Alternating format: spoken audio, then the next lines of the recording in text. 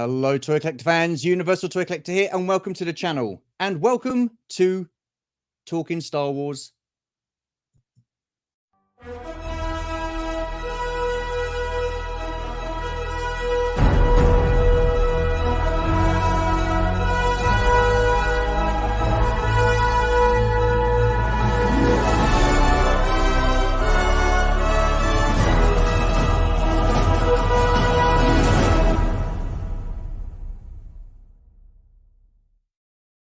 Wow, what an absolute shocking intro that was. That was horrendous. What was I thinking?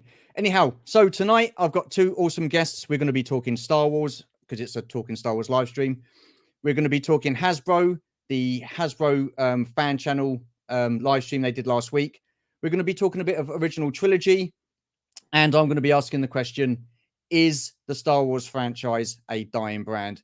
But before I get my guests on, let's just have a little look-ski at the chat and see who we got. Gerard Kane, hello, sir. Thank you very much for joining us. All right, got Daniel Chart. All right, son. I know you're a big OT fan, so I'm sure you're going to have plenty to say on the matter.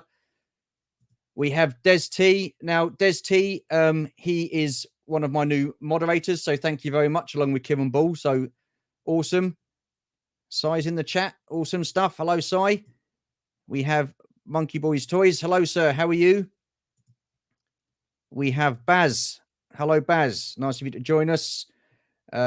We have my beautiful wife, Georgie. I just want to shout out to Georgie. Thank you so much for being patient and putting up with my nonsense. We have APC. Hello there.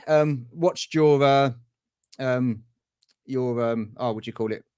Oh, for crying out loud. Your live stream. And yeah, awesome. So interesting to see about the old Tango advert. So good stuff. I'm having an absolute nightmare here. We've got Travels with Jason. Hello, sir. Nice of you to join us. We have Obi Rob Kenobi. Hello, sir. We have Breton Fett. How you doing? My Little Pony Talk. Yep. I'm going to get you on and we're going to be talking My Little Pony. We have Kieran Ball. So once again, Kieran, just want to say a massive thank you for being a moderator on the channel. Awesome stuff. Who else we got? We got Kim Gonick. Hello. How are you? Podcast. That was the word I was looking for. We have Smith Lord Speaks. Hello, sir. How are you? We have Adam Long. Hello, sir. Nice of you to join us. We have Keith Knight. All right, you old bugger. How you doing? Haven't seen you for a while. And that's it for the time being. Okay, so let us get our guests on. So firstly, we have Martyn from A Long Time Ago. Hello, how are you? I'm good, thanks, Stu. Thanks for having me on, mate. Awesome stuff. Awesome. What I've just shown you is how to not do an opening for a live stream. I'm having an absolute stinker. Shocking. Never mind. We'll Adam and I haven't actually dared to do one yet, so you've got one up on us. So no worries. Oh yeah. So normally it's all right, but I don't know why I'm all over the shop at the moment. We've got Ben in the chat. Hello, Ben. Nice of you to join us. Thank you very much. Okay, and we have also Sai Mangafandanga. Hello, sir. How are you? Good evening, gentlemen. Good evening. Good evening. Right. Okay. So we might as well cut to the chase then and get straight into the topic of conversations.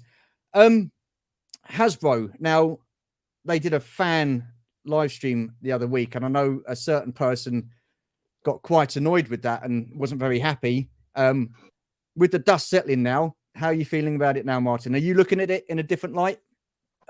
Slightly different light. I think I probably went a little bit overboard with my initial reaction, if I'm being honest. I think first of all, I have to explain. I have different expectations when I watch one of these Hasbro live streams. I know a lot of people out there are loose collectors, but I don't collect them loose. I collect carded figures. So if it's a repaint or a new sculpt or it's been retooled or the paint apps have been changed, it's not really that much of a big deal for me. So when I initially watched it, and we got our 8th and 9th Mandalorian, I believe it was, and our 3rd Grogu and our 3rd Captain Rex. I was really disappointed. There's no denying it. I made my feelings quite clear in that video, and I do apologize. I mean, I was going to say on that, Martyn, do you think fans have got a right to be annoyed with that? I think so. I think if, as long as you're constructively be critical rather than, one of these people that just rants and, doesn't find anything good in anything. I think, it's well within your rights. We spend the money, if we're disappointed, for us to say we're disappointed. But yeah, I mean, I'd say 80% of what they announced that day, I was disappointed with. Let's put it that way. Yeah. What about you, Si? Because I know you don't really like follow what goes on with like TVC too much, but did you get to see the live stream? Yeah, to keep up with the Joneses, if you'd say. I watch all the Hasbros and the live streams and the what's up and coming in the HasLabs and all sorts. And after, it's funny what Martin just said then, there always seems to be, when it comes to the Star Wars, just a massive disappointment all the time. I was speaking to Usual Mike that night, and Usual Mike says to me, did you know since that show started, this is the 28th Mandalorian figure? 28th Mandalorian figure. How many outfits has he had? 2. So how do you get 28 figures out of, And I think that's what's most disappointing for Star Wars Hasbro. You don't give what the Star Wars people want. Do you know what I mean? What happened to that fan service they used to do where they used to listen to people and they did that? Wasn't that a choice of like 4 or 5 figures and the fans would pick one and they'd go ahead and make it? I thought that was the whole point of these HasLabs and, to do a bit of fan service. So I can understand why Star Wars collectors, especially at panels like that, do get so frustrated because, again, another Grogu, another Mandalorian, another Clone Trooper. And even me, I mean, I only collect Return of the Jedi Black Series. That's it. Yeah. When it comes to collecting Star Wars, is such a figure-wise. And even me, I roll my eyes and go, oh, my God, are they not going to, do something different? Was he? The thing is, I mean, look, listen, it's not like repaints and resculpts are new. I mean, we've had them since, toys began, really, with action figures. They've all, you look at the old original Motu figures, they were practically all sort of like the same mold, weren't they? The same with the old G.I. Joe figures and stuff like that. But when you've got so many different figures that haven't been released yet from the original trilogy, it for me, there's no balance with what Hasbro are doing and what they're releasing. I understand they want to get their money's worth out the sculpt. They want to do the different paint jobs for the clones and stuff like that. But instead of giving us a Mandalorian with a different backpack and another Grogu, why not just give us something from the original trilogy or even the prequels? I don't understand it. There doesn't seem to be a balance on that. Yeah, I mean, the Rex, the third Rex that they're releasing, I mean, it's meant to be the definitive Rex. So, for loose collectors, that's great. People who like to pose those figures, I have absolutely no issue with that. But then when you get an Axe Woves and a Bo-Katan, who I think they were only literally released within the last 12, 18 months, and we're already getting a second one. You just, I don't understand it. And Grogu with some kind of beach ball thing in the pack. I don't know. The thing is with Axe Woves, I mean, when they released him the first time round, his helmet was too big, wasn't it? It didn't look right. So I can understand them doing another version of that and putting that right. But what I can't understand is the card back that they've used, because the card back, what he's wearing on the card is totally different from the figure. So, I mean, how is it that they can make these mistakes?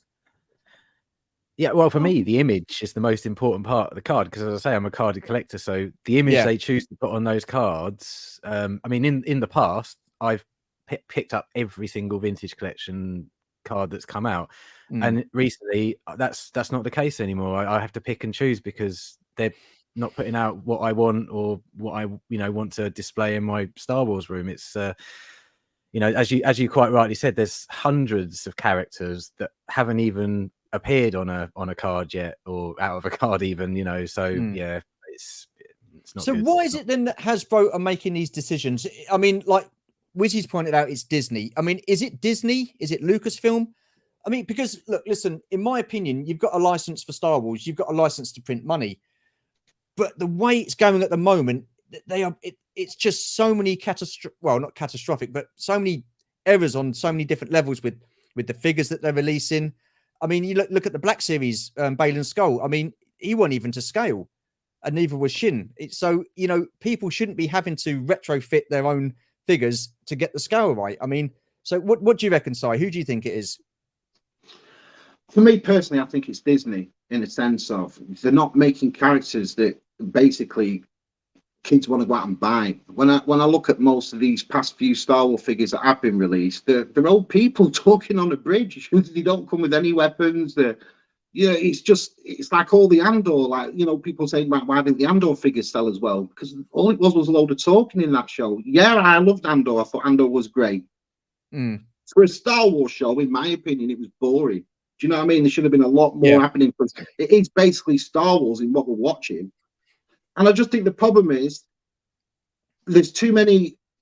I don't know. It's just that the two-dimensional characters that they create today don't really seem to be big sellers. And whereas Kieran said there's too many Darth Vaders, there's too many Mandalorians. It's obvious to me that that's what sells for Hasbro, because they do keep plugging these figures and they do keep making them. So instead of like making these figures really that aren't really selling, that's putting them in all this trouble, just stick with the figures that are. But I just don't understand. It's like what Martyn said then, it's just hundreds of characters created. Why have not all these been done? You know, really, why is it the same ball rolling over and over? So it must be that them figures just must sell. And sorry, you're right. I mean, even, you know, with some of the Disney properties, the figures that we would be interested. I mean, I'd love to see a Balin's Skull or a Shin Hati on a vintage card, but we haven't got them. No. Yeah, they're putting out the trash, you know, as you say. I just don't understand those characters. You know, I know a lot of people. I mean, all you see in the comments about Hasbro and action figures that haven't been released is Shin Hati and Balin's Skull. Just two examples, you know, of a Disney show. Two characters that they could quite easily make, and they would fly off the shelves. I'm certain of it, because they were probably the most popular characters in that show. To me, again, I have to tell you the truth. I don't sit on fences. I did not like Ahsoka. I was so looking forward to it. I went to Celebration in the summer. I was really built up for Ahsoka. I saw it, and it just kicked me in the balls every week. But if there was one shining example of that whole show, was them two, Shin and Bailey. By the end of that series, I was like really invested in them, and I thought these two could go somewhere here. Yeah, they're the ones you wanted to know more about. Yeah, absolutely. I don't know if it was a rush thing, because Hasbro normally bring out figures 16 months after something's come out, so I don't know if it was a rush thing, but I saw them two figures myself, and I was like, why is she taller than him? And it was a bit like, it was weird. I don't get that. I don't get that. No. But another thing I don't get as well is, you know, you've got to look at the Bad Batch, for example. So Black Series, they've had the whole of the Bad Batch from season 1 out. You've got one figure from Bad Batch, and that's Hunter. And I don't. So why is it that they're doing all these figures and teams for the Black Series, but they're not doing it for TVC? I just don't understand that. I mean, I wish I had an answer for you, Stu. I really do. I mean, it's not like the fans aren't asking for them, is it? I mean, it's constantly brought up in forums, and, you know, when they have the Q&As, it's constantly asked, when are they releasing those figures? And you're given some rubbish answer. But yeah, I mean, but do they not like communicate with each other? Does the TVC team not say to the Black Series team, right, what are you making? Or we're going to make the Jabba's Skiff guards or whatever, and they go, right, we'll make that as well, and do a thing where like you can release it on both sides figures. And well, because you've not got the Skiff guards, have you, in Black Series? You've got them in TVC, but you've not got them in Black Series. And I'm sure there's some people in Black Series that wouldn't mind having those figures. But do you think the reason why that? I mean, look, you've got to take into consideration it was the first live stream of the year that they've done. Do you think the fact that they've pushed back 2 of these Star Wars series, that's sort of like caught them off guard, and they thought, okay, well, we were supposed to have figures come out for, I think it was Yakalite, and what was the other one that they were supposed to be doing? Skeleton Crew. Yeah, Skeleton Crew. They've been pushed back. So do you think that might have something to do with the fact, oh, okay, well, we've got to do more repaints or the same figure but with a different accessory? Thank you very much, my friend. Really appreciate that. Thank you so much. Cheers, pal. Clear the pegs of Lando, ESB campaign, TVC. Yeah, absolutely. That was a great figure, that Lando figure. I really like that figure. Thank you, my friend. Yeah, so, I mean, do you think that might have had something to do with the fact that they didn't pipeline something else because they don't know when the Acolyte's coming out or Skeleton Crew's coming out? Possibly. For me, I just think Star Wars is kicked in the arse before it's even mentioned now, before people have even seen anything, we've even heard anything, it's jumped on straight away. I think that the sequel movies make that much of an impact the wrong way that now anything that comes out of Star Wars, if people even get the slightest whiff of anything that's not right, they're onto it, aren't they? So yeah, maybe that, I don't know. It's just funny how they announced that film, they announced the activist director, and they announced Ray and all this, and then the next couple of days after, it was all about the Mandalorian. Mandalorian's coming out, and it's going to be this. We're making a big film, and I don't know. I mean, like I say, you've got a license there to print money, but it seems to me that a lot of decisions that Hasbro have made regarding, well, I guess TVC more so than the Black Series, I just think are wrong. I mean, so if you can release these figures in Black Series, why can't you release them in TVC? To me, that's got nothing to do with Disney, and it's got nothing to do with Lucasfilm, because if they're saying you can't release these figures, then surely that would be across the board, and you wouldn't be able to release them in Black Series as well. I mean, correct me if I'm wrong, but have they not used in the Black Series molds in the past and then shrunk them down to make the TVC 3 3/4, or is it the other? It's not the other way around, is it? I'm sure I've heard that is something that they've done in the past. So if they've got those figures in the Black Series already, they just have to shrink those sizes down to fit the 3 3/4 scale. I mean, that can't be that difficult. I mean, I don't know how the process is making action figures, but yeah, I again, Stu, you're asking me questions I wish I could answer, but I mean, my thought on is why they're releasing what they're releasing is, I mean, from what I understand and what I've read, is Hasbro are in quite large financial trouble, and they've laid off a lot of people recently, and I think they're scared to invest any money in new tooling and new sculpts and stuff like that. So perhaps, you know, they're chucking out all of these figures that we've seen before with minor changes here or there, and then slapping it out as new, because they're too worried, you know, about their bottom line. And, you know, the thing is, with that, Martin, I was just going to counter that point there. With that, if they're going to be chucking out the same rehash figures and stuff like that, again, that's going to put people off as well. Yeah, because, no, I don't disagree. You know, people are going to look. Listen, I was talking to someone the other day. I cannot remember the last wave of Star Wars vintage collection figures that I bought. I normally used to buy them in waves. I think it must have been the Gengi Tartakovsky wave. Yeah. That was the last full wave I bought of figures and stuff like that. So, you know, they are losing money, because I'm not spending as well. Not just me, but I'm not spending as much money on them as I previously would have done, because I'm not really liking what's coming out, and I don't want the same figure over and over again. You're right there, Stu, because I'd always watch your videos where you'd have a box and it'd be full of that wave, and you get that whole wave out and show that wave, and there hasn't been a video like that from you for a while. No, I don't get the waves anymore. I just get the one or two that I like, because, like I say, I've got the Mandalorian. I don't need the Mandalorian again, really, just because he's got a different backpack. I mean, look at those reveals, Martin. You know, you've got another Mandalorian coming out with another jetpack. I mean, I don't get it. Yeah, and the soft goods cape one that they're bringing out came initially with the Razor Crest?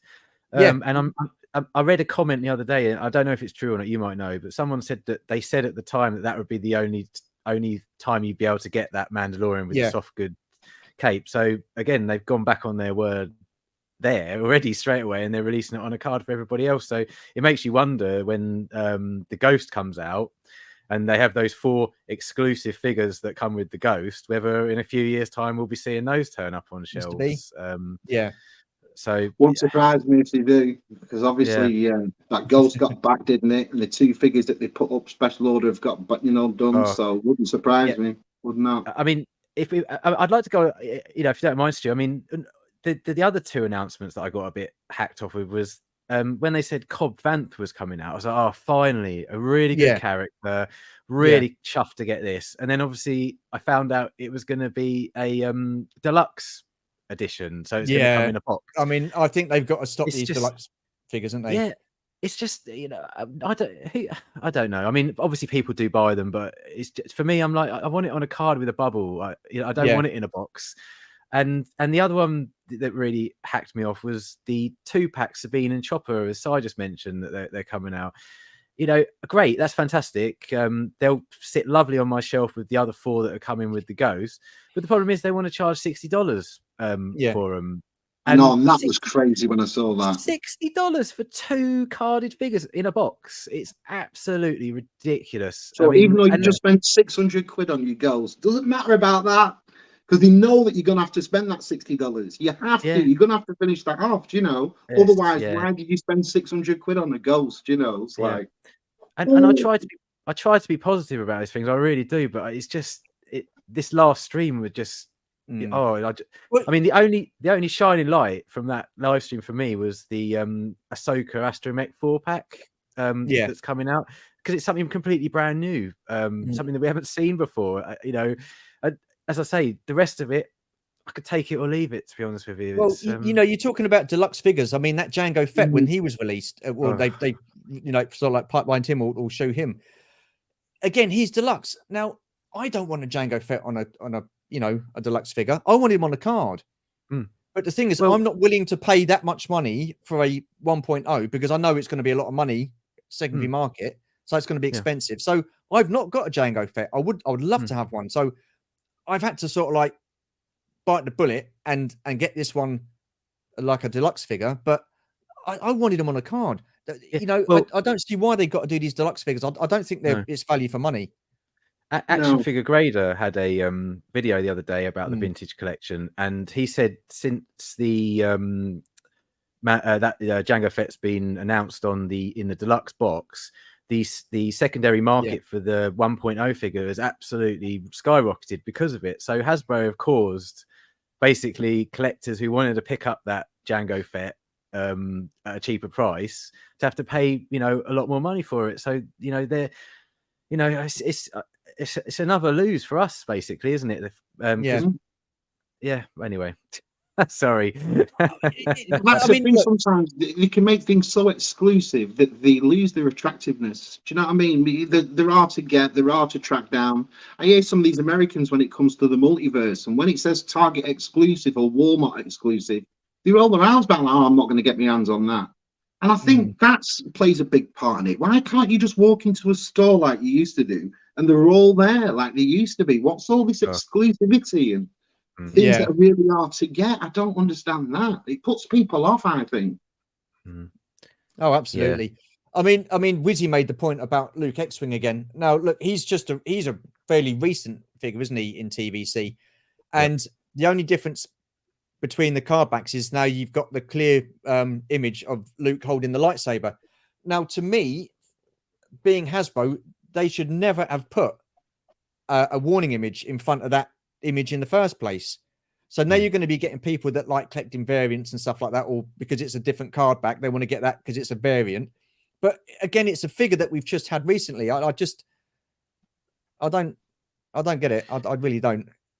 No, I mean I heard that the secondary market for that X-Wing Luke, after I'd done the video, a lot of people commented and said that, you know, that it was quite expensive on the secondary market. So there's a lot of happy people to be getting that one again. And I suppose it's useful for army building, the X-Wing Luke. And I don't really have a problem with it. And in the past, as I say, I'm a bit of a completionist, so I would have picked up that X-Wing Luke because it's a different variant. But you know, this is the problem with Hasbro. What they've done to me now is I'm like, well, I'm happy with the original one. I'm not going to bother getting the variant. So they've just lost, you know, like you said, Stu. Why didn't they just do it properly in the first place? I don't understand that. I really don't. I mean, that image is for collectors. I think that image is a fantastic image, and it should be, you know, it should be on the cards. You know, it shouldn't be blocked. So I just want to jump onto Brett's point here. He's put many were upset that they had to buy the Razor Crest or the M1 or the rescue set to get the soft goods Mando. So now they are giving us one that is single carded. I see. No, look, listen, I can understand that coming from people that didn't buy the Razor Crest. But when you're told this is the only way that you'll be able to get this figure with a soft goods cape, it just makes a mockery of it, in my opinion. You know. Yeah, no, I absolutely agree. I think everyone deserves to get every figure. To be quite honest with you, it's as I just said, there shouldn't be any exclusivity with anything. Everybody should be able to get everything, and you know, not everyone can afford to fire out 500 quid for a ghost just in order to get 4 figures. So you know, I was going to say the flip side to that argument is like, you know, a lot of us did get the Razor Crest. We got a loose Mando figure with the cape. We didn't get him on card back. Do you know what I mean? If they'd have given us the Mando on the card back, and then if they would re-released him, and you know, so you didn't have to buy the Razor Crest and stuff like that. Yeah, just alter the card image. That's not an issue, because it'd be a different kind of card, wouldn't it? Do you know what I mean? Well, why did they do that? Yeah, because that Mando, I remember getting the Endor bunker set last summer, and the biker scout with the helmet that removes, that was on card. That was a carded one, wasn't it, in that box? So wonder why they didn't do that with that Razor Crest. I don't know, because we got the off-world Jawa, the Elder, Grogu. and Grogu on card. But that would be like doing the Ghost and having 3 of the 4 figures carded and then one of them loose. Do you know what I mean? I just don't. Yeah. I don't. Makes Yeah, no it's just sense. absolutely crazy. Rolando's all these. We know there's awesome stuff. But I mean, would you like to? Oh, sorry, what was you going to say? No, so the other thing about making these figures exclusive in the HasLabs, and you know, when you buy a vehicle or a play set and it comes with a vehicle, is basically a lot of people will buy those just to take the figure out and then sell them online for like ridiculous amount of money. So it encourages that. It's just another I don't know. That's capitalism, I suppose. Yeah, I'm just going to read out Kieran's comment, because he made a good point. Sorry to bring up G.I. Joe on a Star Wars live stream. That's not a problem. But if Hasbro can up their game with the classified toy line and correct the mistakes made, why can't they do that with Star Wars figures? Well, firstly, I think because Hasbro have got the Star Wars license, so they don't own that property, do they? That's down to Disney and Lucasfilm. Secondly, with regards to them up in the game for G.I. Joe, it's because they had competition. So you had Bobby Valor come in with his Valor Force and his Action Force line, and what you could get for your money with those figures compared to what you could get with the G.I. Joe figures, it made sense. You know, you had better quality figures, better accessories and stuff like that with the Valorverse figures. So I don't think personally that there is any competition for Hasbro at all regarding Star Wars. I mean, if there's another company that got the license and started doing these action figures for Star Wars and stuff like that, do you think that would be a good thing, or what do you guys think, Si? I think it would, because at the end of the day, you look at Classified, same company, you know, and yet the things you get with them figures, and they stick at the same price. They're on average. I mean, I don't buy Classified. I've got a couple knocking around, but on average, they're around $25, aren't they? Really, on average, Classified, would you say? But it's the amount of accessories and weaponry and guns, and you know, everyone seems to be happy when they buy G.I. Joe. I've never seen an unhappy G.I. Joe collector review, not one. You know, everybody that buys G.I. Joe seems to be dead happy all the time, and I'm like, that's because you get good stuff. Like when you did that his tank, that was fantastic. That thing, wasn't it? All lit up. Oh yeah, I mean, look, watching Scott open that up, I'm just thinking, wow, I feel like I've it sounds like a kid at Christmas, you know. But like he said, he'd waited years for it. He'd love G.I. Joe from a kid, and he'd waited years for a beast, for a really good one. Do you know? He gets to the age of 48 and he gets one. Do you know? So that's it. I just think Star Wars Hasbro just needs to stop pissing the fans off in the facts. You know, it's these people that keep buying these things that have kept these things going since the late 70s. You know, I don't really think it's wise to upset people that have invested so much time and effort and half a century in it. You saying that, Si, I totally agree with that. I've got no problem at all with them using the same sculpts, with them doing certain paint jobs and repaints and stuff like that. I don't mind that they're reaching out and wanting to get different collectors in and new collectors in. I'm all for that, but not at the expense of, you know, previous collectors, guys that have been collecting for like a long time and stuff like that. Because basically what you're doing is you're knocking off the majority of your people that collecting, because there's far more people like us that have been collecting for a longer period of time compared to the new sort of like collectors and stuff like that. That's how I see it. So to piss people off like ourselves, I mean, you know, they shouldn't be doing that, not at the expense of the older collectors, in my opinion. Well, the thing, as a new collector, what would you tell a new collector? The only advice you really would be, don't get into it. You won't find hardly any of these things. It's going to cost you a fortune. You'll be searching for ages. People are going to charge you an arm and a leg. You'll only get pissed off at the companies you're buying from. You know, that's truthfully what you can actually say, isn't it, really? Yeah. It's only because the love of franchises that we have that keeps us here at the end of the day. I mean, we all know it's stupid, like $30, $50 for figures, $90 for figures. That truthfully should be about $5. Do you know what I mean? Shouldn't they really? Yeah. Well, I mean, that's another thing as well. I mean, the price point for these figures. I mean, like you said, Martin, earlier, you know, $60 for that box with the two figures in it. I mean, that is absolutely ridiculous, isn't it? The 2-pack. I mean, so yeah, I think they're pricing people out anyway, and it's the same with the Black Series. I mean, those figures have gone up, you know, and what happens is people don't buy them. They wait for them to go to like discount, and then you find them cheap at Ollie's or Ross and stuff like that. I mean, I don't think there's anywhere over here in the UK. I can't remember the last time I saw a Black Series figure in a store. I mean, HMV do them, but they're normally priced at about 25 to 30 quid. So they're full price still in HMV. Yeah, I mean, I've only ever seen them in game, really. And they're usually the older ones, aren't they? And they're reduced quite a lot. But I mean, I don't know too much about Black Series, but yeah, it does seem to me that game always seems to have absolute stacks of them, but they're all reduced to £6, £5. So obviously, you know, they're not selling where they should be selling, and they're chucking them all to game.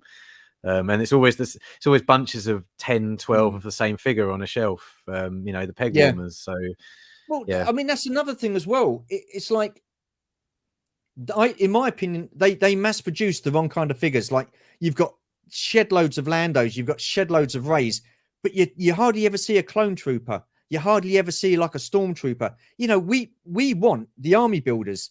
I mean, they started out doing those 4-packs, didn't they? The army builder 4-packs. Well, to me now, I think they're just a waste of time, because you're not getting a proper army pack, are you? You're either getting named characters in those 4-packs, or you're getting a mixture of different legions in the 4-pack, like the new clone one that they've just done. I mean, they're shooting themselves in the foot with some of the decisions they're making. So, but that new Hasbro that they did with the battle droid and the C-3PO head droid, they did actually at the last panel show that it was going to be a single figure as well, for because a lot of people did jump onto that, didn't they, saying, well, how many of them are you going to buy to army build? You're not going to have a load of C-3PO battle droids, you know. So and did, you know, in the sense that releasing that singly was I suppose a bit of something, I suppose. Well, even with that side, I mean, look, I mean, why not pack that pack with a battle droid head, so you can swap it out? Because then that way they'll sell more, because people want to army build it. Like you say, they can have the super battle droid, but no one's going to want to army build a load of droids with a C-3PO head. So why not put an extra head in there? Do you know what I mean? I just... As T says here, they just don't like making money, do they? They obviously don't, you know. Well, so no. It's absolutely crazy. I don't get it. So where do you see the future then of Star Wars within Hasbro and the Star Wars figure? Do you think Hasbro should continue with the licensing and carry on doing what they're doing? Or do you feel it's time now for another toy company to come in, step up, and take Star Wars forward? For me, personally, I was going to say, I think the Hasbro are capable. This is a problem. The last 2 live streams I have watched of the Marvel Legends panel and the Transformers panel, I've just been sat there rubbing my hands together. This is for you, mate. Showing. So I just think they're all in the right hands. They've just got to get it right, haven't they? Really? Yeah. But do you think that they will get it right? I mean, look, listen, it's only the first live stream this year, and I know Tim was saying that, you know, just wait, it's the first one. I can understand why people are upset and stuff like that, but, you know, we've got a whole year to go. So do you think that we should, as, well, I say fans of Hasbro, but customers of Hasbro, give them that year to see what they come up with? I mean, because last year I thought it wasn't a bad year. I thought it was pretty decent. We had some great figures. Yeah, vintage collection wise, I was fairly happy with what I got last year. I mean, I think I collected most of the figures that were released. You know, there was 1 or 2 where you know were a bit questionable, but and as Si says, I think, you know, the last, say, 6 months aside, and, you know, the odd month here or there when they've made some releases, Hasbro have done a fairly good job. I just think it strikes me as they're kind of in the same situation as Star Wars in general at the moment, where no one's really knows for sure what direction to go in, and I think that represents what we're getting delivered to us a lot of the time. Everyone's too scared to perhaps, you know, make the leap and pick out some figures that everyone's been asking for years, but they're worried if we make those, is it going to be a disaster? And again, is it going to cause us more trouble down the line? So I don't know, Stu. I think you'd be a liar to say that them films did not cause a tremor for Hasbro. They definitely did. Because if you remember, before The Force Awakens came out, I remember that Fan Friday, and I remember everybody rushing out. They're all buying Force Awakens. Everybody's buying Force Awakens, TIE Fighters, and all sorts of stuff. Red Arm Street, C-3POs, the lot.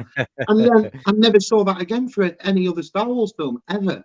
I never saw that Force Friday where they all made a big fuss for The Last Jedi or a big fuss for Rise of Skywalker. You can understand why they didn't. But I think that started the tremor effect off. I think after that, people were a little bit wary of, what's coming next, if you'll have me. Rightly so.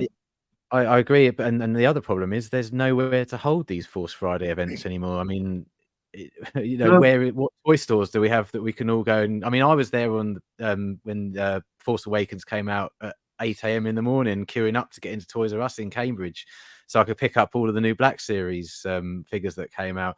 And they just can't do that anymore, can they? It's because there's just no toy stores, and that's just. I mean, that's another subject, but I mean, it's just a real shame. It's a real shame. Just want to see our pre-orders. You go online for pre-orders. Yes, pal. Even pre-orders have all sold out when you go online now. You go, I think I'll pre-order that. You go on, it's gone already. So you're like, forget it. Yeah. I mean, look. I mean, this was a question that I was going to sort of like leave until later on, but. Force Awakens, it was 9 years ago. It's over. The Star Wars is finished. I mean, do you think that's... I know you do, because I know you had something to say about it in an Instagram chat.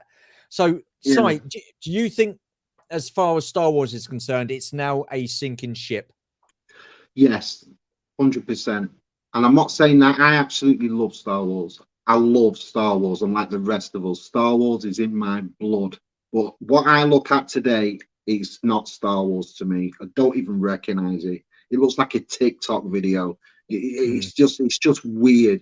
And it's not just Star Wars in a sense. Marvel and Star Wars to me have become the same thing. It's like you could put any Marvel character or Star Wars character vice versa in each other's films. They both fit straight in. And this is what I find really bizarre. I think what was a good idea in the first place, and it sounded great. To me, I just don't think that one massive corporation should own all the biggest franchises, because to me, it's just proven it's not working. They wanted to push a message. They've used all their franchises to do it, but it's become unrecognizable to me, just as. I go in with every Star Wars show, anything that comes up with a lot of, please, come on. Do you know what I mean? Get it back to what we're used to. But I think in today's world, Stu, even when they get it back to what we used to, people just aren't happy with that. Then you're screaming at fan service. It's all blah, blah, blah. You just can't win. Yeah. And, there is a lot of toxicity around Star Wars, an absolute lot. Oh, absolutely. Whether it be Star Wars, Hasbro, whether it be the films, whether it be the television shows, whether it be what people call the message and what they're trying to push and all this and that. I just don't recognize it anymore. I think under Disney, Star Wars will not recover. I 100% don't think it will. I think sold off independently, back to Lucasfilm independently, I think it will flourish. But as under Disney, I personally, and I'm not a Disney hater, don't get me wrong, I absolutely love Disney. But I think personally, it's too big of a single size franchise. It's the biggest cinematic experience in the world is Star Wars. No matter what film you think of, as well as I do, that when it says Star Wars, it's the biggest thing you see at the cinema. And for me, for that company to turn around to the art department guy and say, you run Star Wars from now on, Dave, you seem to know what you're doing. I find that baffling. That's like Warner Brothers turning around to Looney Tunes and saying, you lot make Batman from now on. It's just baffling to me. Do you know what I mean? I'm like, you own the biggest, greatest franchise in the world, and you can't find people to run this properly. You knew what would happen as soon as you said activists for the new Star Wars film. You knew what was going to happen. So why do you continue to stoke the bear? I don't get it. So that's me crazy. personally. I mean, Martyn, I'll get your opinion in a minute. But Daniel Chance put, in my opinion, there has been a massive overreaction to the first reveal stream of the year. Give them a chance, for God's sake. Last couple of years have been great for TVC. Yeah, look, that's what we're saying. I mean, well, now the dust settled, have we been a little bit too premature in saying it's not good enough? But I guess, Daniel, the thing is, over the last couple of years, it has been really good for TVC.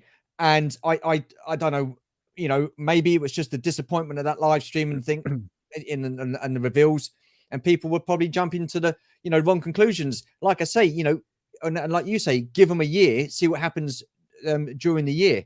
But yeah, I don't know. It's just I guess over the last couple of years, we've been used to decent figures coming out and like lots of new reveals and stuff like that, and new figures and new tooling. And then to see that, I just think it was like, well, a bit disappointing, really, isn't it? I guess.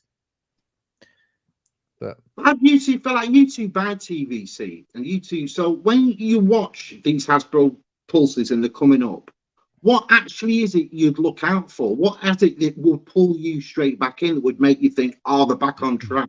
What would it be? Well, Martyn, I'll let you answer that, mate. And I'll come jump in a second. I'll be completely honest with you, Si. I think that might have been only the second one of those live streams I've ever actually watched live. I usually kind of catch up, Bosk's Bounty or someone will put something out on Instagram, and then I'll find out via that what's been released, because I rarely ever, I'm around to watch these live streams. But I think as a TVC fan, I've been wanting, the 96 to be finished, as a lot of people I know have as well, for quite a while.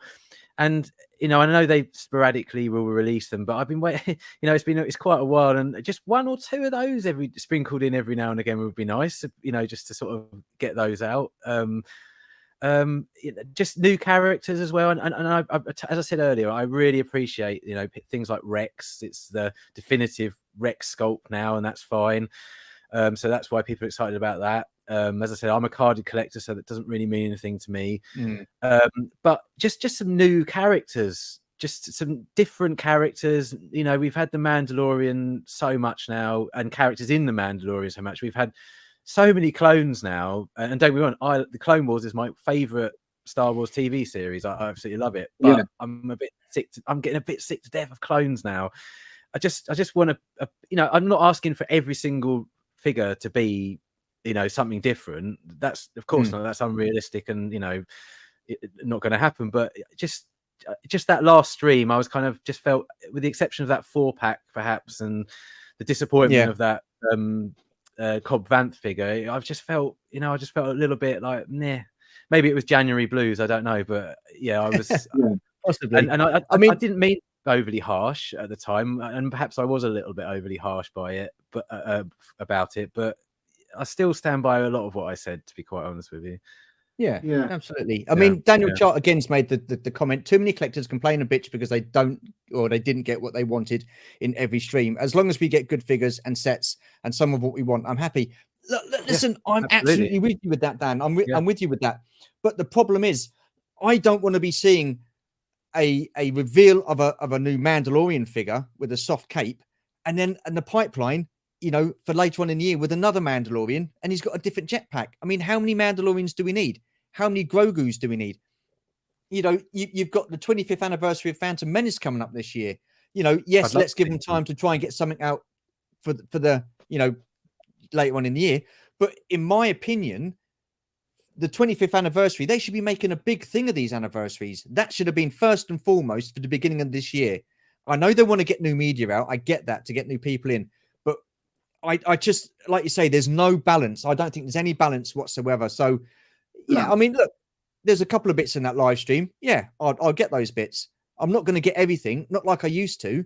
But I just think they need to knock these repaints on the head. They need to start coming up with, I mean, why not get figures from like the Star Wars movies or something like that? Like, not Star Wars movies, they are Star Wars movies, like the original trilogy figures out, or from the Phantom Menace, instead of doing another, Mandalorian and Grogu.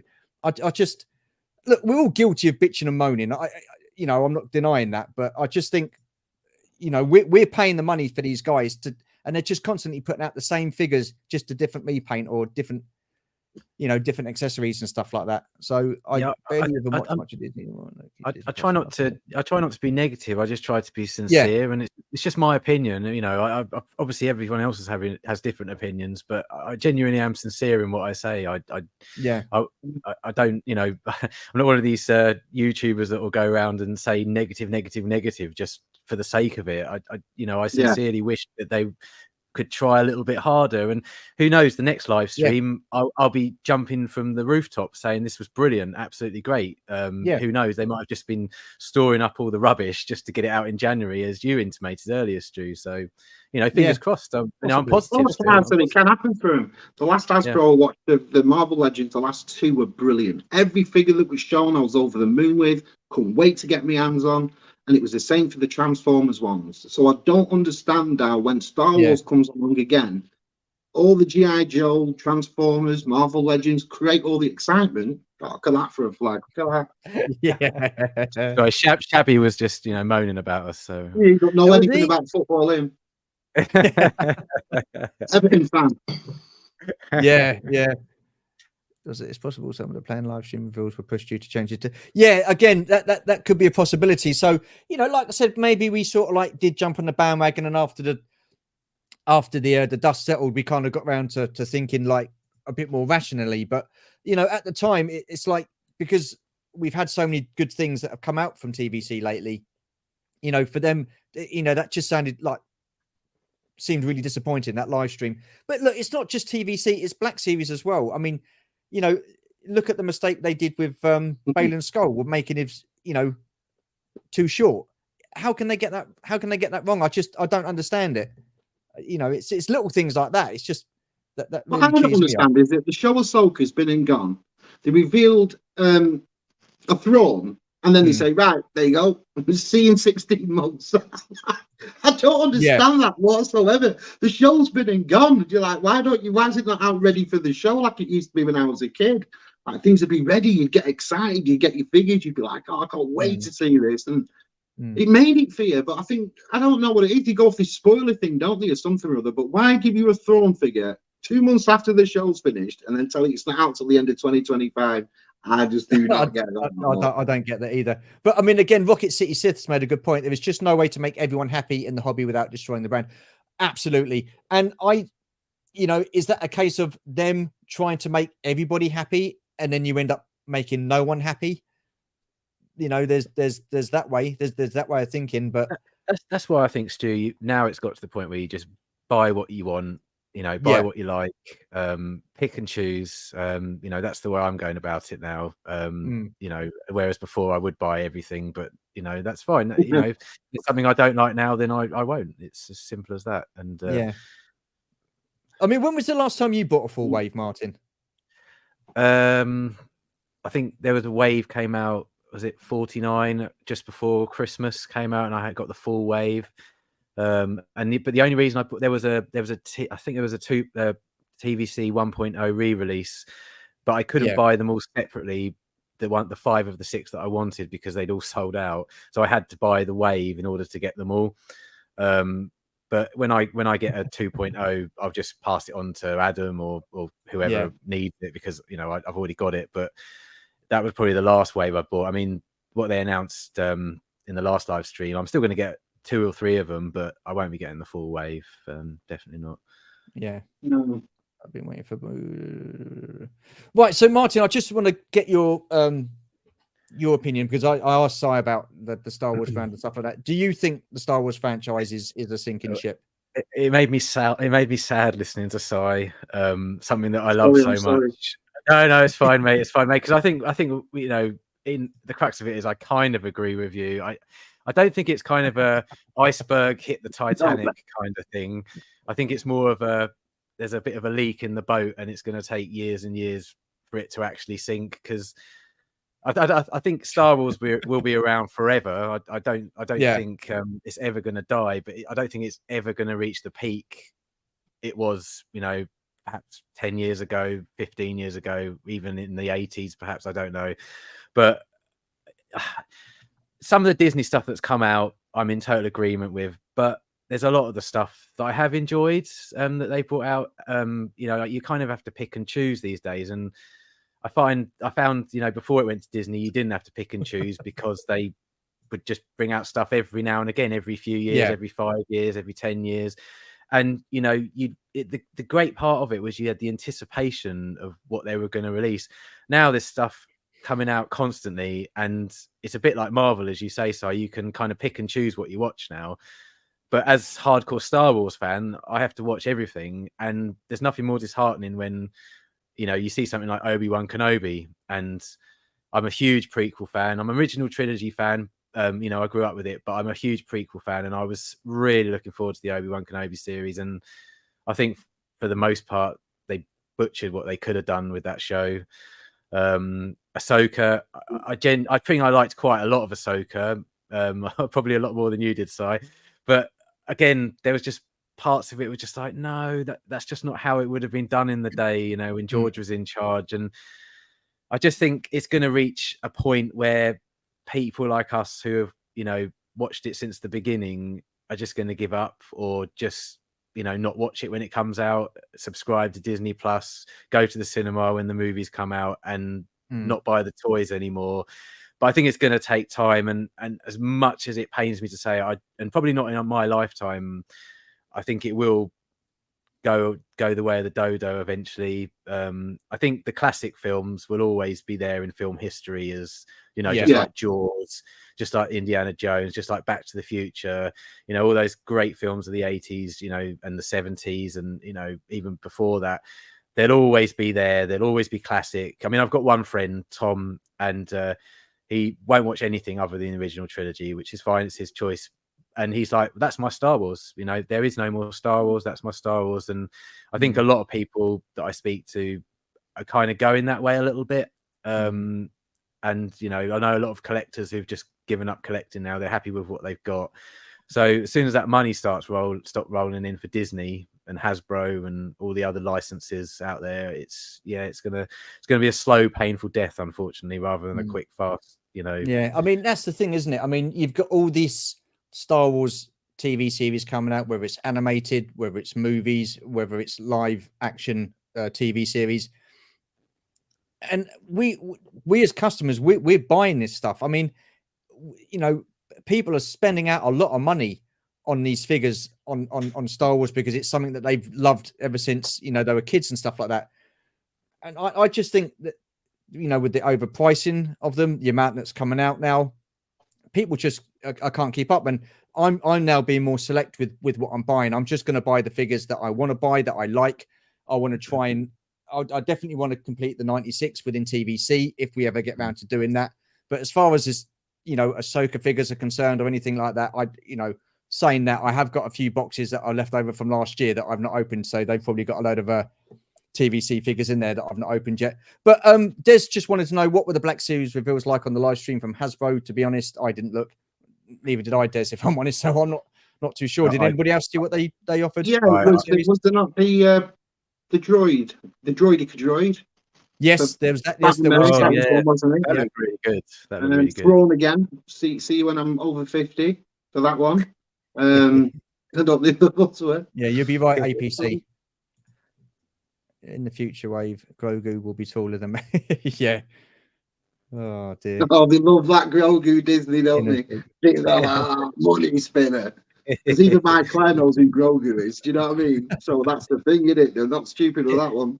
Do you think Grogu's wearing a bit thin now, though? I mean, it's kind of he's lost his cuteness and his, you know, novelty now for me. I'm kind of like, I want him to start talking. I want him to grow up a bit. You know, it's a bit same old every season of The Mandalorian with Grogu. I love The Mandalorian. Don't get me wrong, but The Mandalorian out of all of them to me was the shining light. I enjoy even season 3. People knock season 3 to high heaven, but I think with me being a big comic book fan, I love seeing monsters and flying things and everything every week. I thought it was great, you know. Yeah.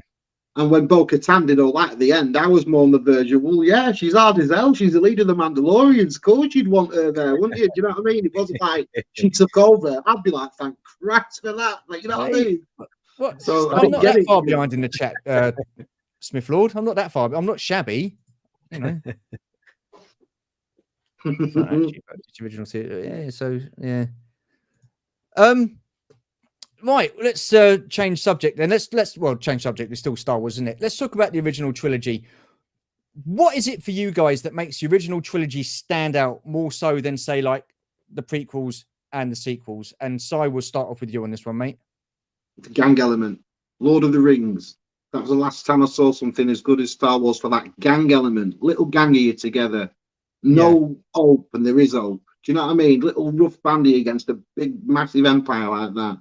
And the love they had for each other and the camaraderie. And it was good versus evil. It was romance. It was everything that's not in cinema today. Everything that's sorely missing from cinema today. And that's the thing. They didn't have to have Princess Leia. Like, you know, having one of the lads was good enough for us. We never slated Princess Leia or laughed at her for being a girl or anything, because we knew the way she was portrayed in Star Wars. She was odder than all of them. Do you know what I mean? And just like how that girl was you knocked around with when you was a kid, just exactly the same as her, you know. And I just think it's not a case of women in movies today. You know, how stupid is that conversation? Oh, it's because there's a woman in it. I've never heard of anything so stupid in my life as that. Half the world is women.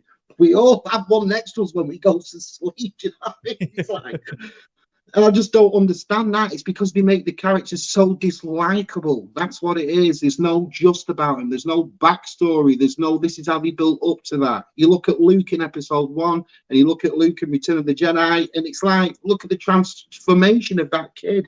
Now he went to a little farm boy, and at the end he's Jedi Master, and you're like, but with Reyes, you could just do it all like that straight away. I can do everything. Knock him on his ass. I can beat a Sith Lord, do everything. And I think that was the problem.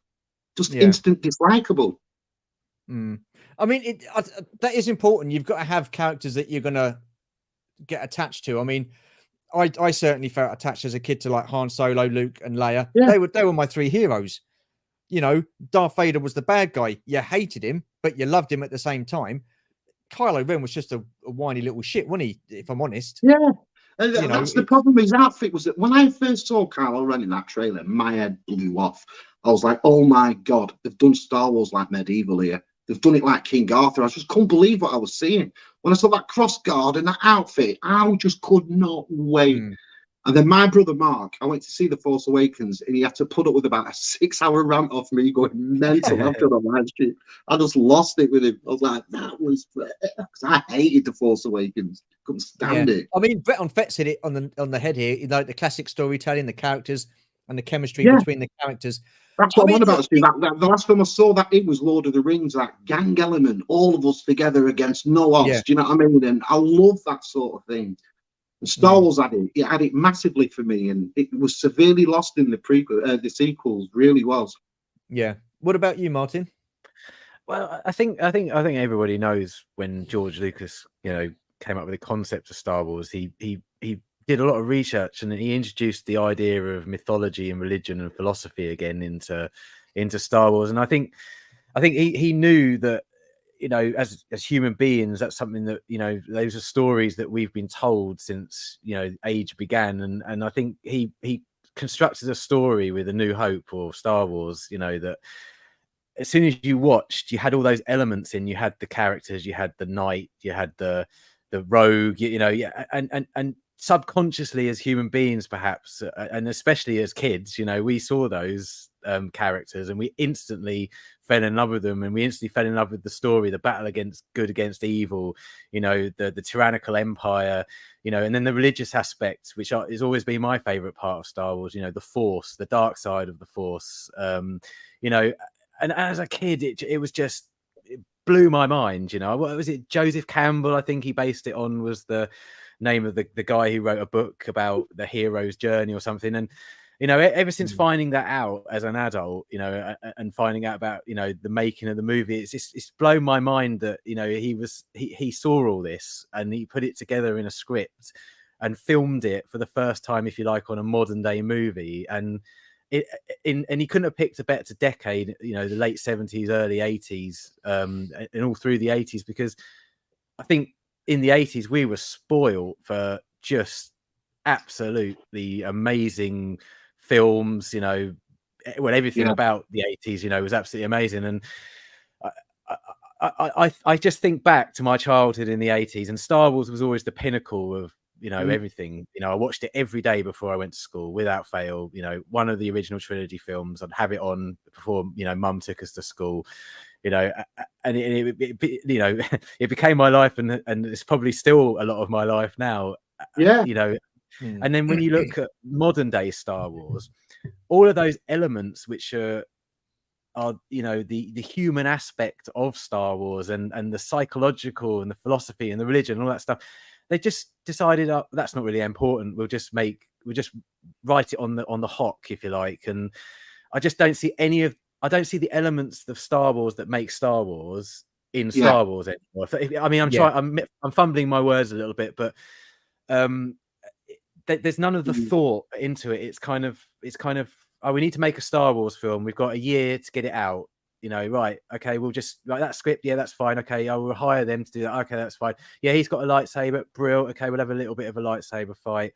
There's no thought put into it. Well, that's probably out of order. There's probably a lot of thought put into it, but not the right sort of thought. Not the right people doing it. And I think when you compare the two, there is no comparison. But saying that, and I hope you don't mind me going on a little bit of a rant, I've got a friend, Dan, who was 9 years old when The Phantom Menace came out. And it's funny you asked this question, Stu, because I was chatting to him about this the other day. And for him, the prequel trilogy is Star Wars.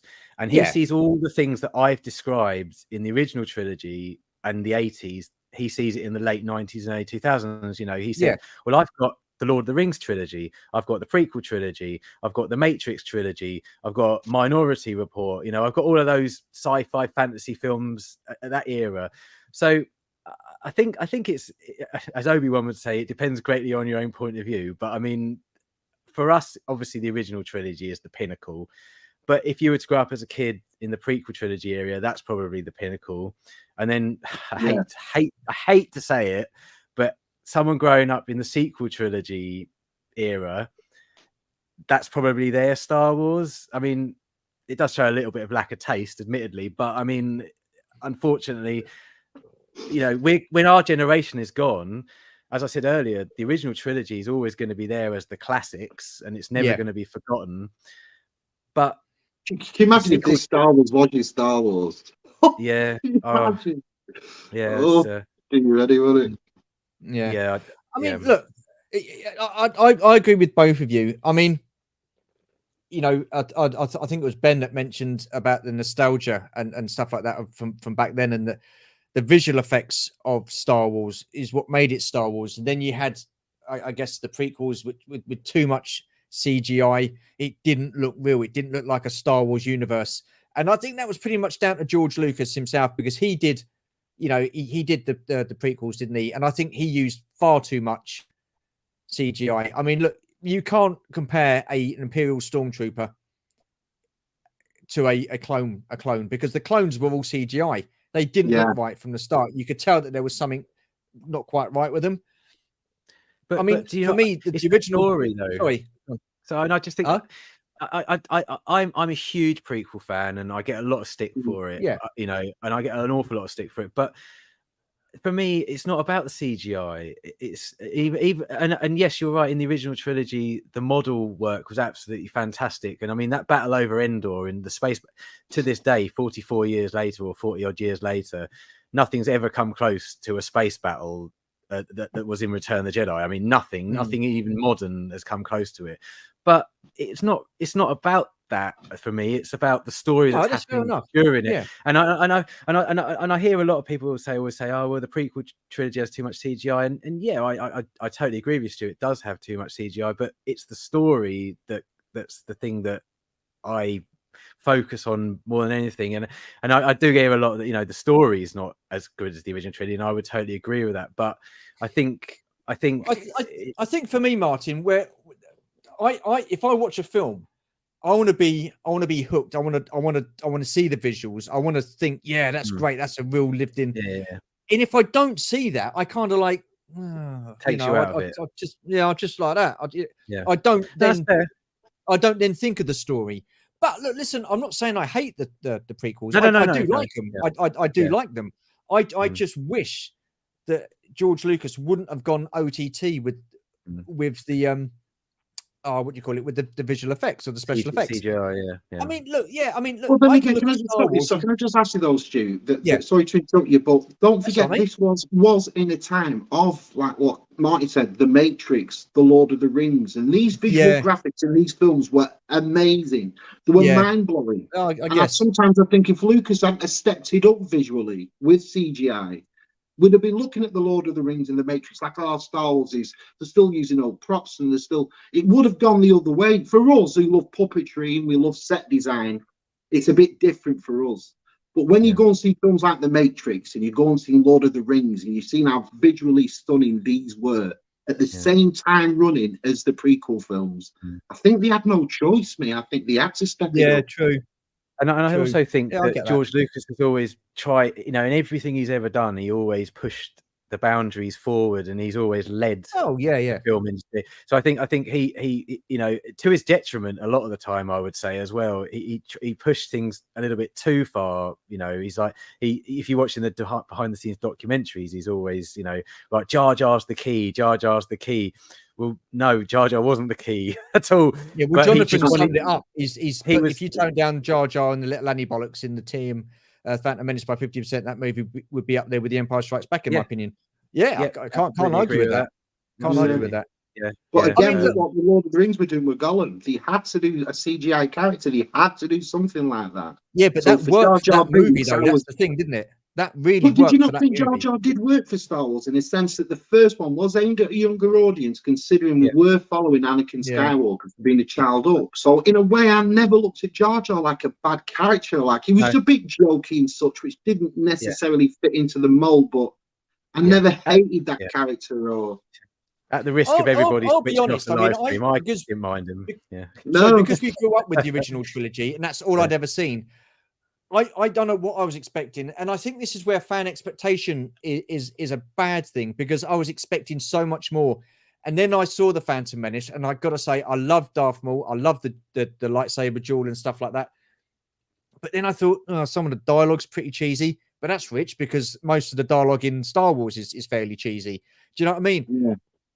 It wasn't a Star Wars that I grew up with. And I think that took a lot of time for me to sort of adjust and get to accept that these movies aren't going to be the same as the original trilogy. I mean, there's a story there for definite. George Lucas was great at telling stories. I don't know. For me, it will always be the original trilogy. As far as the sequels are concerned, well, it will be the original. But I adored The Phantom Menace. I absolutely adored it. I loved it. I went to see it so many times, and it was I remember queuing outside Woolworths on the promenade at 12 o'clock midnight for that film to come out on VHS.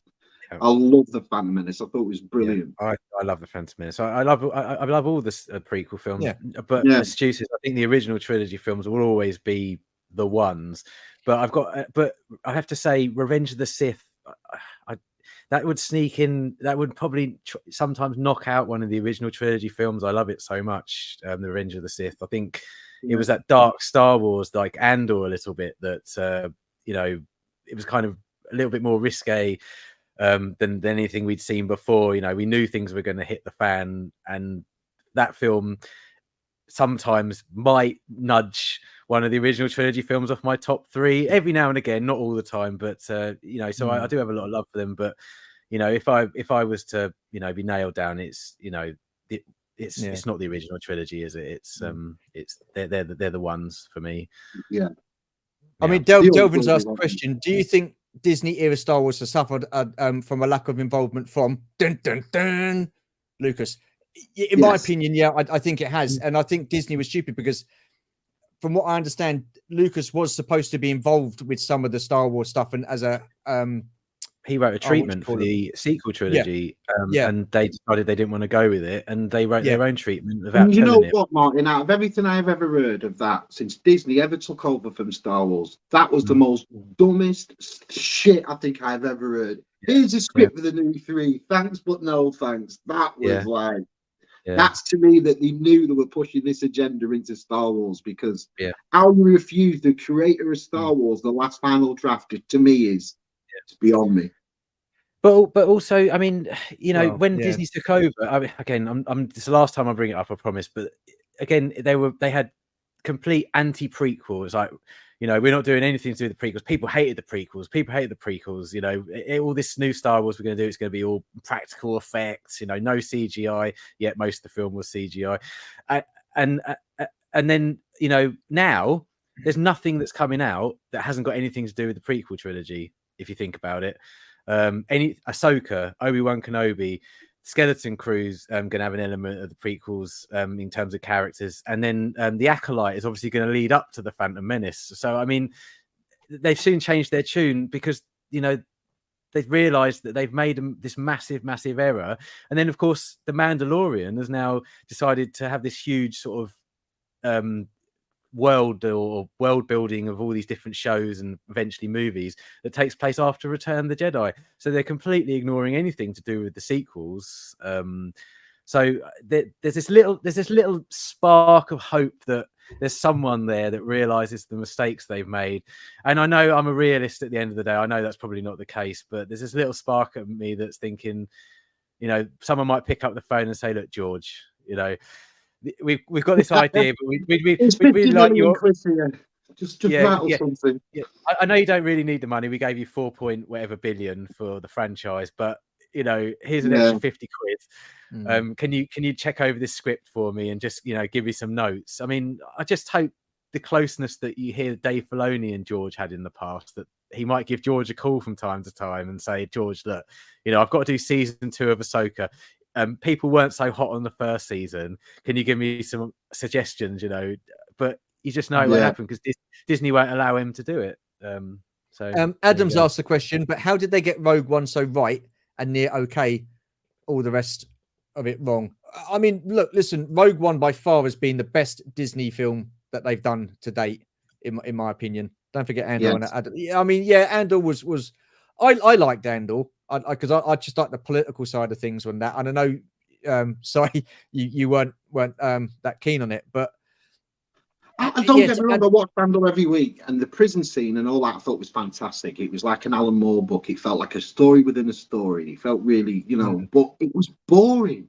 It's Star Wars I'm watching. Do you know what I mean? It was like, how come I'm watching people talk on bridges with no rails every week? What's going on? Do some action like that. That's the only thing it was for Andor for me. It dragged, if you love me. Yeah. Don't disagree. Yeah, true. Again, it is different. I mean, look, listen, that brings me to my next point. Do you think the art of storytelling is kind of waned a lot since the late 70s, early 80s with how they tell stories these days? Because I think a lot of the stuff that was that I like and fairly decent was the late 70s, early 80s, mid 80s, and films these days, they just don't seem to pull me in as much with the story as what they used to. Well, everything seems to be mass produced now, doesn't it? Everything's like, right, we need to get it out as quickly as possible. And go back to my earlier point, there's not a huge amount of thought put into anything. And as Si says, there seems to be an agenda with a lot of things, trying to push an agenda when there's no need to. I mean, we know most people, I'd say 99% of the world's population are tolerant people, and they just want a good story when they go to the cinema. They don't need to be told, this person needs to get this, or this person deserves that. We know that. We're absolutely, aware of that, but it seems to be pushed in your face all the time. And it's just, I mean, not all films, I mean, but now they've stopped making independent movies, and those were the ones I kind of went to in the last 10 years or so, because they were always the films that I enjoyed the most. But now they're not investing the money in independent films because they're having to give all the money to these big blockbusters, and we know where that's going. It's not good, really. No. APD makes a good point. I don't think the dialogue in the original films was overly cheesy. I feel it was of its time. Well, yeah, absolutely. Just Lucas didn't evolve his writing style, and it fell a bit flat in the prequels. Now, look, I absolutely agree with that. I think there was too much of a gap between the prequels and the original trilogy.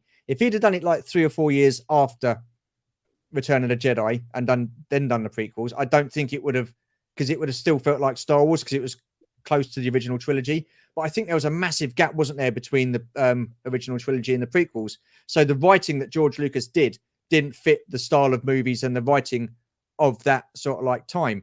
And again, you look at the sequels as well. There's such a gap between the sequels and the prequels that the way movies are made, the way stories are told, has totally changed compared to how it used to be. Do you think there's too much of a gap between all the movies?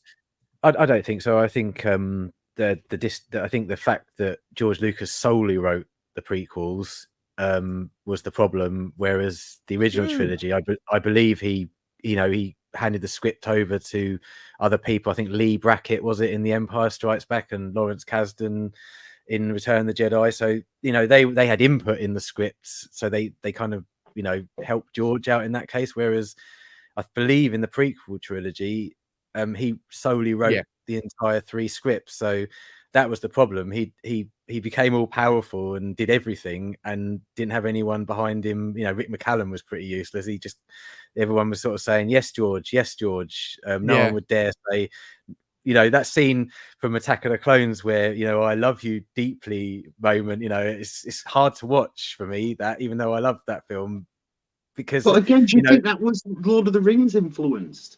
All this Darth Plagueis the Wise and the way that dialogue went in these films, I do believe it was quite heavily Lord of the Rings influenced. Them films just went through the roof. And Star Wars has been a franchise since the 70s, even back then. So I sometimes think there's a lot of other influences that played a part in the prequels. I do. Mm-hmm. Yeah. Yeah, well, I mean, they were being when released Star Wars came out, wasn't it? When Star Wars first came out, nothing was like it. Nothing. There was a lot of pretenders, and everything you saw, even as a kid, you knew that was trying to be like Star Wars. Everything.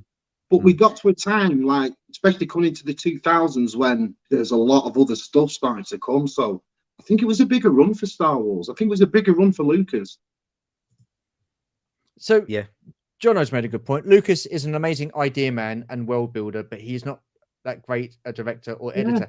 No, I get that, because look, I think it was his wife, wasn't it, Marsha Lucas at the time, that did the re-edit on Star Wars.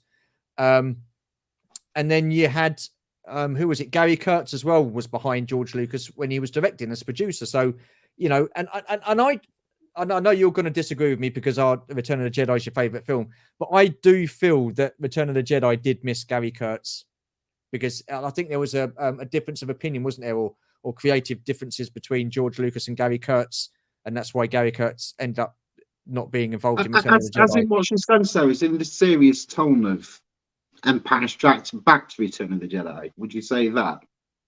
Sorry, what was that? Sorry? Why would be concerned that Kurtz left? What would you think was missing from? Because when you watch Empire to Return of the Jedi, there is a serious tone shift. I mean, I love C-3PO in Empire Strikes Back. He's the greatest he's ever been, and everything's so serious with him. Do you know when he's telling about the odds of Luke not being able to be found, and there's a seriousness to Empire Strikes Back a lot. Yeah. Whereas then Return of the Jedi comes back, and it's a lot more of a slapstick. Do you think that's what was missing from Kurtz? I think so. Yeah. I mean, the way the way they kind of like spoke and stuff like that, and stuff like you say, some of the slapstick and the way they delivered their lines, I think was a more jovial, jokey kind of manner. Because I mean, look, Empire was dark, wasn't it? I mean, that was real dark. Yeah. And I think even I think it was Lawrence Kasdan at the time said, Return of the Jedi should have started off with one of the big, hero characters dying, because then that would have set the tone for the whole film. And then you're thinking, wow, okay, what's going to happen next? Is anybody else going to die? Because everybody knows Harrison Ford wanted to be killed off as Han Solo, didn't he, in Return of the Jedi? But George Lucas didn't want that. And I think that at that time, Gary Kurtz was the one sort of like wanting to go down that road. But then because of the differences and stuff like that, George Lucas, being who he is, got his own way. And I don't know. I mean, do you think it would have set the tone differently if they had killed Han Solo off at the beginning of Return of the Jedi? I'm glad they didn't do it.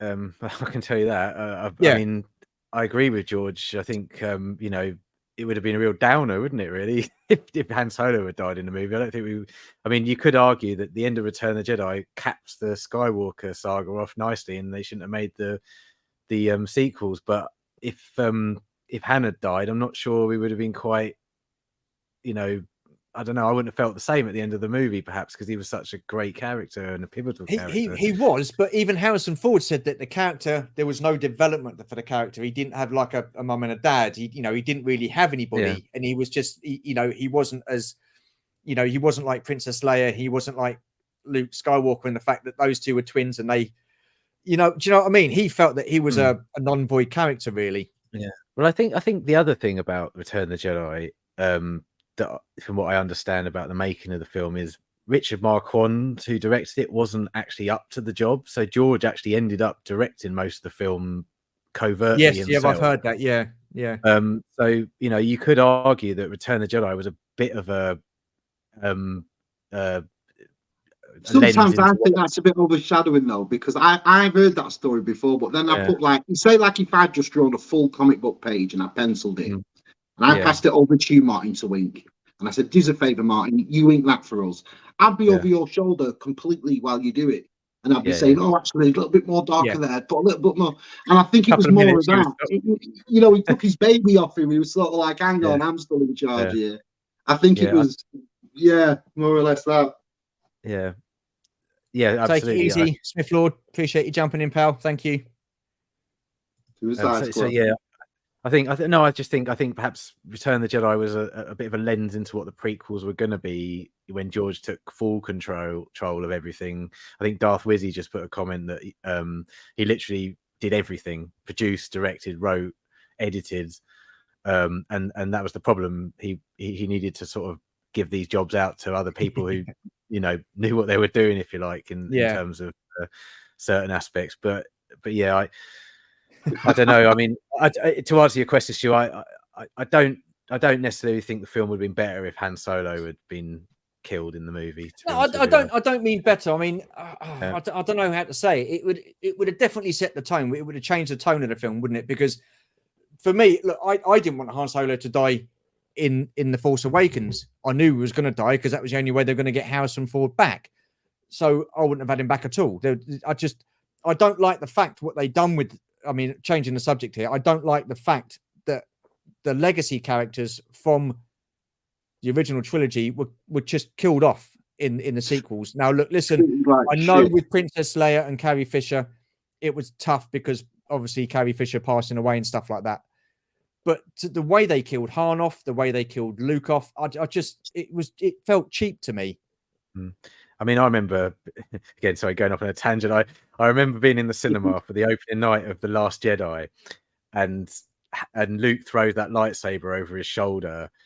I don't think I've ever been. I don't think ever have I been in the cinema where I've wanted to cry. I didn't actually understand what was happening. I thought, because everyone started laughing around me as if it was a joke, and I was like, "This is serious," What ruins it, do it? It does ruin it, yeah. To this day, I just don't understand. So I'm in total agreement, Stu. There wasn't a good thing about what they did with the original trilogy actors. No, and I think that's a shame because it looked as if the new guys are coming and just pissed all over the original trilogy characters. And in a way, they kind of did the same with Boba Fett. I mean, I was so excited at the end of Mandalorian season 2, the Book of Boba Fett, when he's waltzed down into Jabba's palace. His Bib Fortuna's there. He's taken him out, and he's just sat there in the throne like that. And you've got Fennec, and I said, "This is gonna be absolute the dog's bollocks." It was bollocks. Drop the dogs. It was just bollocks. What they've done with that character was an absolute. It was shocking. I don't agree with that. And again, that is a legacy character that they've just ruined. And I don't. No respect was there for anybody that we loved. Absolute zero respect for the way they treated him. For Luke Skywalker doing dirt off his shoulder. I was like, please kill me, just kill me. This is just awful. I just can't sit through this any longer. I've seen them once at the cinema, and I've never rewatched them. That same as me. Watched them once, never watched them again. No, there's no way I could. Jono, I think he did. He was quite ill after directing Star Wars. I mean, listen, you watch the documentary Empire Dreams. How that movie managed to get made and actually be the success it was is an absolute miracle. The troubles that Lucas had making that film, and it was just an absolute phenomenon. Then he got Irving Kershner in to do Empire Strikes Back. He originally turned around and said no when his agent came up to him and said, right, do you want to direct the next Star Wars movie? He was like, no. And the director was like, well, not the director, his agent was like, well, why not? Well, Star Wars has been done. How can you better that? Well, in my opinion, they did. They took it to another level. And like you say with Richard Marquand, he wasn't quite up to the task of directing a film that big. And that's why George Lucas stepped in again. So, yeah, anyone who hasn't seen Empire of Dreams, you've got to watch that documentary. It's one of the greatest. It is fantastic, isn't it? Absolutely and just when I think about it, that's another thing we don't get anymore. When George Lucas was in charge of Star Wars, whenever there was a Star Wars release, you got an absolute jam-packed DVD or whatever it was, full of special features that told you how the film was made, all the back behind-the-scenes stories. And I, as a Star Wars fan, I ate that up. I watched that stuff more than I watched the movies sometimes, you know, and you just don't get any of that stuff anymore. You know, I want to know how it's made, and you know, I want to see all these behind-the-scenes films of the actors mucking around like they did in the original trilogy. You just don't get that stuff because no one took it seriously, did they? No one took that movie seriously. No one liked the dialogue. Everybody's like, what the hell is going on, you know? But then when you put it together and stuff like that, and look, I would love to have been old enough to sit in the theater and watch the opening crawl and that Star Destroyer go over the top of the screen and come into that. Would have been absolutely amazing. I would have loved to have experienced that on the big screen back in the day. APD's put, am I right in saying the reason Lucas made Leia Luke's sister is because he wanted to wrap it up rather than continue the films, hence some of the problematic sister slamming vibes? I mean, look, if he knew in episode 2 Empire Strikes Back, that Luke and Leia were brother and sister, why the hell did he have them kissing? There must have been a big change of script between. There must have been. It must have been wrote where they were going to end up a couple. When you see the original posters, they look more of a couple. She's got hold of his leg like that. She's got this long flowing dress, these lightsabers. They don't really look like brother and sister on the posters either. Absolutely, you know what I mean? So maybe just when it got to a direction, there was more thought of, and you know, actually we could have them, and that could be the, and that could be the. Because I don't know if any of you guys got sisters. If any of my sisters sat like that and grabbed my leg like that, I'd be going, pack it in. Get out of it. And that's the thing, she's in the poster. So even I was a bit like, well, I don't really think originally it was supposed to be your sister originally. Do you know what I mean? Because if it was, what the hell goes on in that Lucas family? Oh, no, it's shocking. With no ratings around the Empire installations, it's a wonder anyone survived. I mean, seriously. Well, listen, no health and safety back in those days, Scuba Pete. No health and safety whatsoever. I'm just clocking Rubber's comment. Come after Martin, that moment just went. What moment was that? Oh yeah, the lightsaber toss. Yeah. I mean, when I saw that, I was like, okay, that's kind of set the tone for this movie. Well, no, what set the tone for episode 8 for me was that scene where Poe Dameron's in his X-wing and he's having that dialogue with General Hux. Your mama. Yeah, I'm like, I was just like, what are they doing? What the are thing they is, doing? he was supposed to be the new Han Solo. So why did he, in all these films, did old women keep slapping him? I was like, hang on a minute, why are all these old birds keep slapping him every 5 minutes? I was like, it was weird. I mean, if you look at Hux from the first episode 7 and Hux in episode 8, they're almost like two completely different characters. There's just no thought put into those 3 films whatsoever. I'll tell you what, though, Martin. What about the very beginning when he sat there at The Force Awakens and he see Kylo Ren freeze that beam of that shotgun? He freezes it in midair, and we're all like, "Oh my god, this is got to be like," and it just went. So I'm liking this comment. Han's death was emotional. I thought it was perfect and set up one of the best scenes in Rise of Skywalker. Han and Ben scenes were acted. Yeah, I mean they were. I mean, it's just disappointing that they had to kill him off. He's had a drink. Listen, he's had a drink. Don't worry about him. Is he? He's had a few, so he's stoking the fire. We know about. Okay, well, I'm not going to continue with that then. This leads on to a larger problem for me. Is the lore in Star Wars is sacrosanct as far as I'm concerned, and Han turning up as a Force ghost, if that's what he was meant to be, he might not have been. He might have been a vision. I don't know, but that's not possible. Just like, you know, as far as I was aware, the only people that could turn up as Force ghosts were people who had the training to turn up as Force ghosts or could become one with the Force. Yet, end of Rise of Skywalker, you've got every Jedi, an animated Jedi that's ever been, having a chat with Rey, telling her, you know, we'll be with you, Rey, we'll be with you.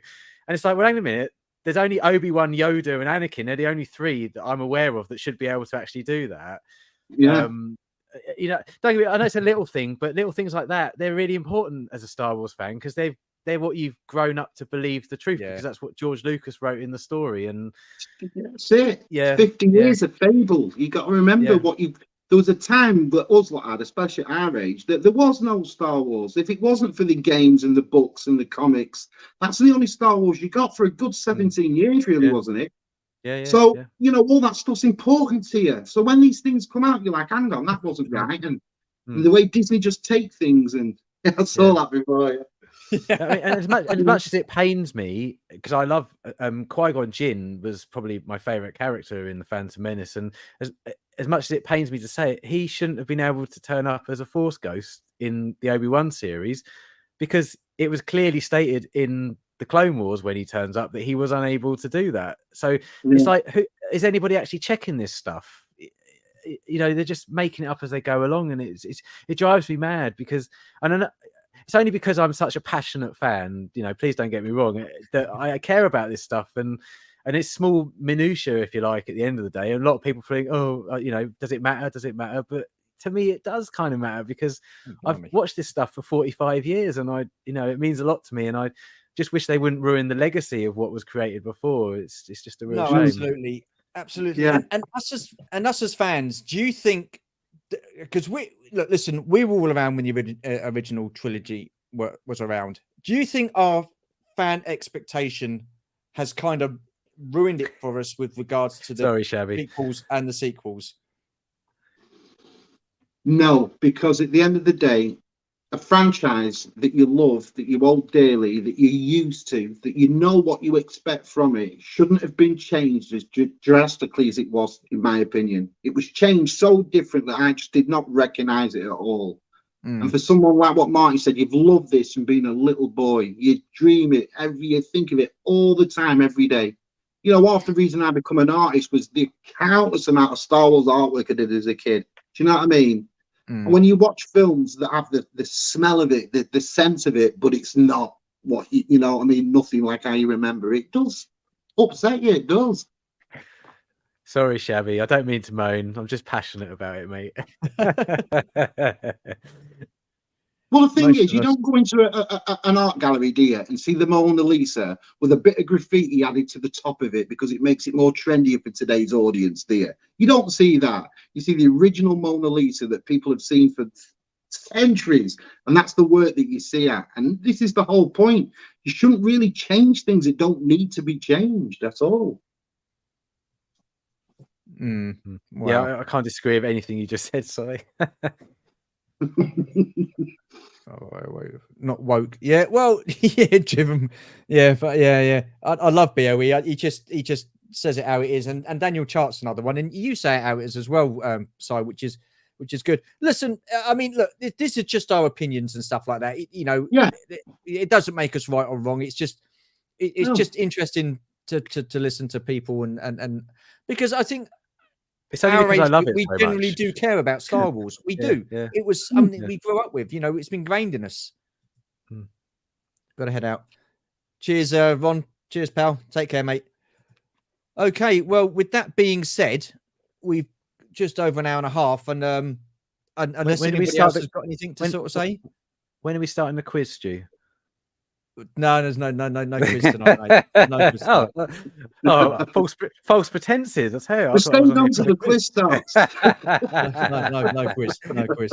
I mean, I can whop a couple out in a bit if you want, but I've been trying to find the original release of Star Wars without. Yeah, again, that's they won't do that. I don't know why they won't do that. No, hang on. Someone said to me a few weeks back why they wouldn't release the original Star Wars without the added scenes, and I cannot remember why. George Lucas, when he sold it to Disney, in the contract, it says they can't release the original trilogy in the original form. It has to be the special editions.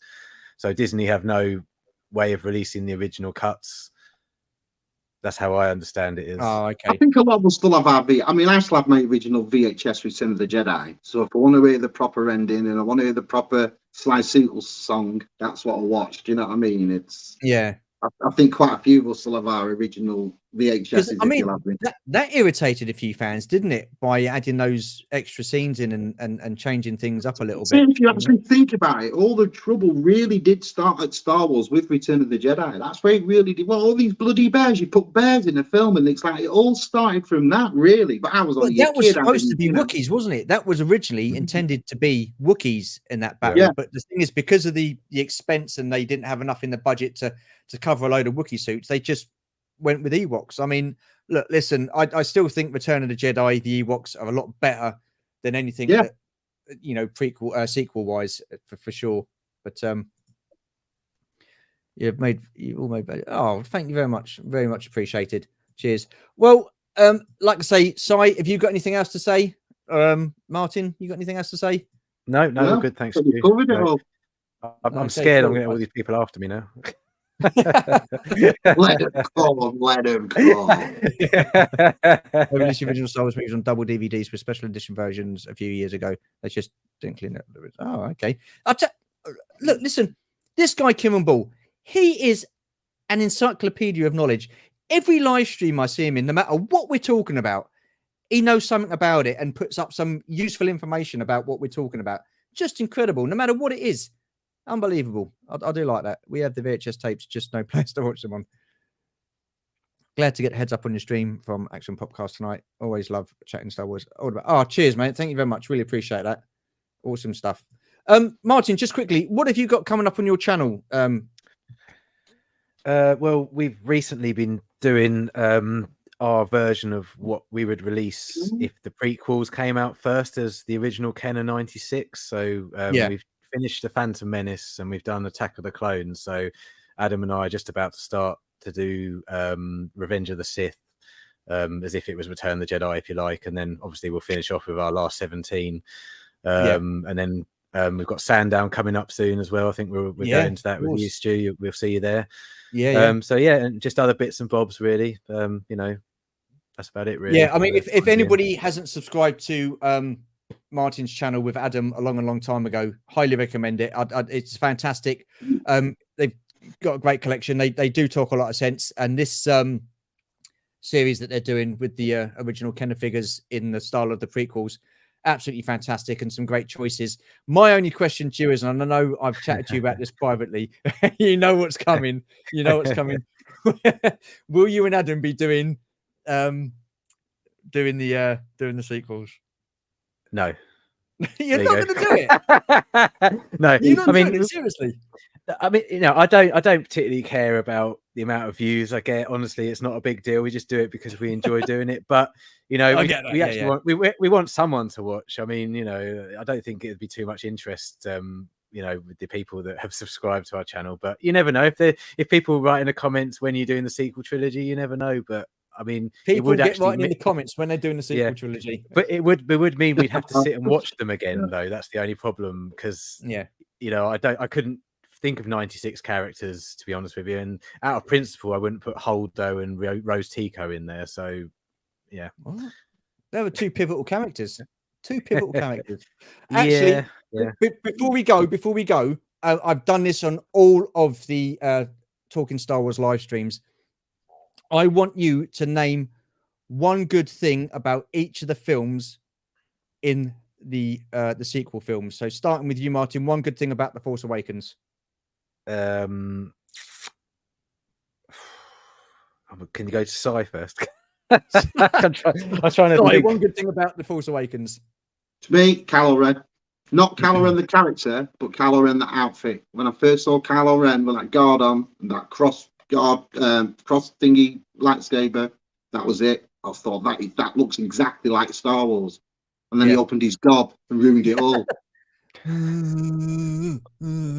But that lightsaber was incredible. When I first, I'm a big fan of medieval and King Arthur and stuff like that. And when I first saw that, my head blew off. I was like, that is the greatest lightsaber I have ever seen. Just to shame the character's a gimp. Martyn? I'm probably gonna go with the John Williams soundtrack.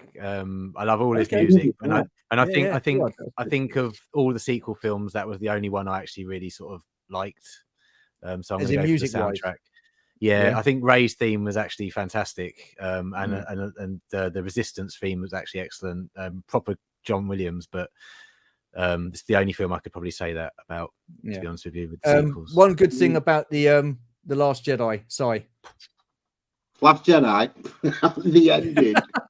That was the best thing. When I went for a wee and left, that was the best thing about that film. There was nothing good about the Last Jedi. Nothing. Not even the cinematography.